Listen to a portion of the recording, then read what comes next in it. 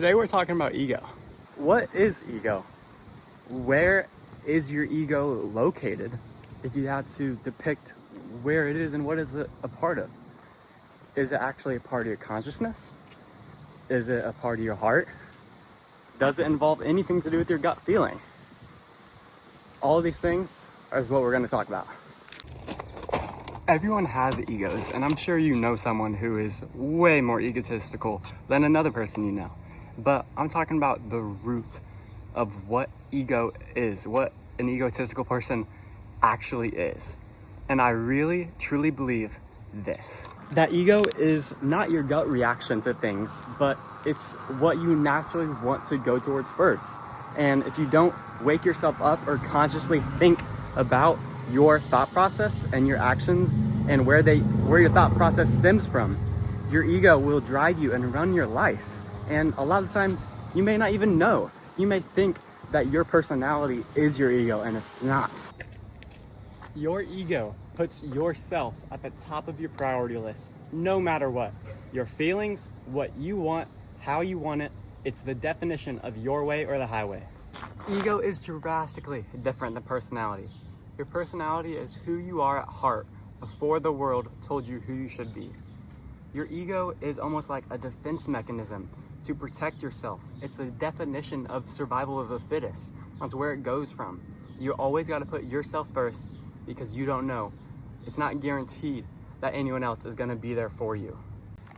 Ego is different from personality because you separate yourself from your ego, and your personality almost feels 10 times more real the more you. Ego is the poison that's making your personality and your conscious just a tad bit overweight. You could be healthier. You could lose some pounds. Your pounds is the ego. Then again, 85% of the United States is obese. Now, does that have anything to do with ego? No. But that's the comparison, is that you can live, you can survive acting out of your ego. It's not a big enough negative to make everyone want to change it. So if you do get to change it, if you do get to swap out that conscientious thought of yourself and really take yourself out of your shoes, you don't have to act out of ego.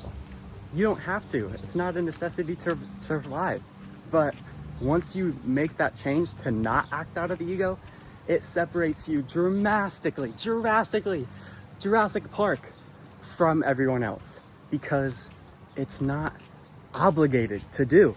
It's not bad enough for people to want to change it. So it's a lot easier to just be lazy and to stay how you are. Keep being who you are.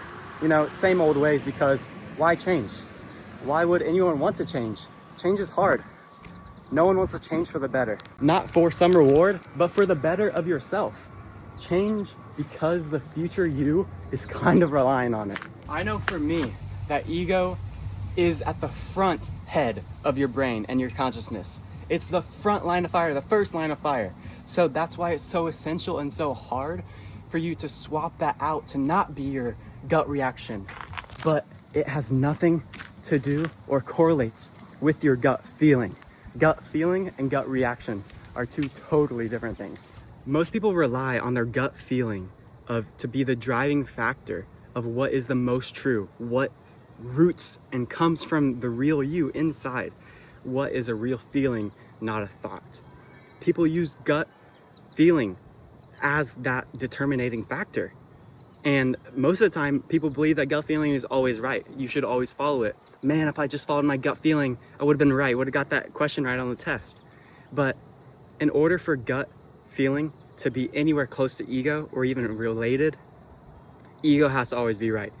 And it's not. Most of the time, your ego is driven by a negative thought. And that negative thought could either be putting yourself first or thinking that you deserve more than someone else, because you don't. We are all equals.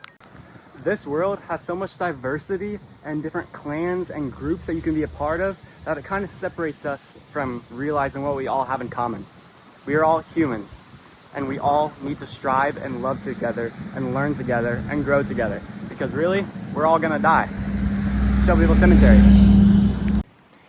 Ego is the factor that is killing your potential. I started really thinking about this idea when I stopped. I didn't finish. When I stopped reading Ego is the Enemy. And I truly think it is the biggest enemy for everyone, not only for yourself, because technically it is my ego talking that you should stop acting on your ego to benefit yourself, because that ego is always actions driven from the benefitation of the self. So me saying this and me making this a video is literally acting on my ego. So your ego will take you places, but when you're having other human interactions with other people, you really don't want to act on your ego. I don't think an ego death is essential, but an ego awakening definitely is. You need to wake up and realize you have an ego and there are separate parts of you. There's like 9-10 different parts of you that make up who you think you are, or who you've built up this idea that you are. Make sure you know who you are before the world, who you should be.